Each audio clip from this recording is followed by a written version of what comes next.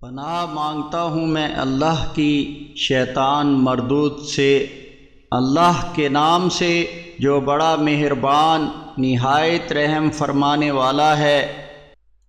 منافق مرد اور منافق عورتیں ایک دوسرے کی طرح ہیں، برائی کا حکم دیتے اور نیکی سے روکتے ہیں اور اپنے ہاتھ بند رکھتے ہیں۔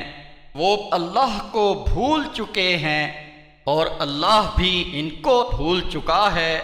یقیناً منافق ہیں ہی نافرمان لوگ۔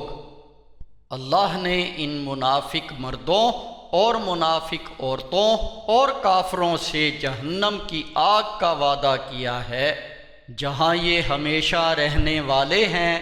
ان کے لیے وہی آگ کافی ہے۔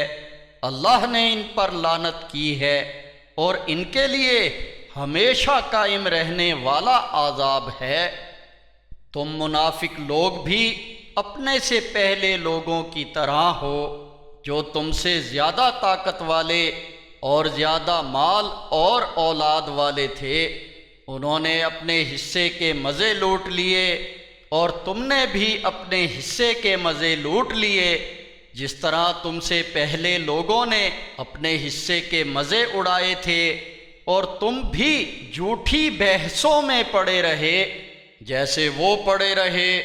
یہی ہیں وہ لوگ جن کے اعمال دنیا اور آخرت میں ضائع ہو گئے، اور وہی خسارہ پانے والے ہیں۔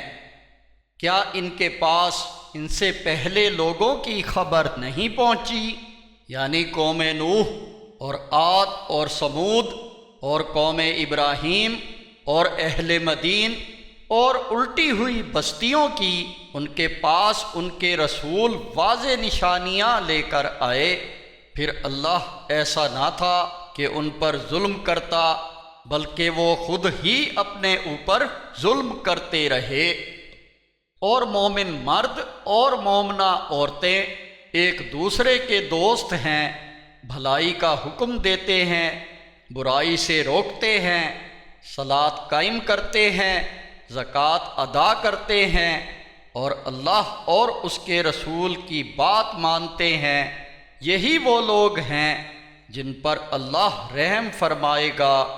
یقیناً اللہ بھرپور غلبے والا، بڑی حکمت والا ہے۔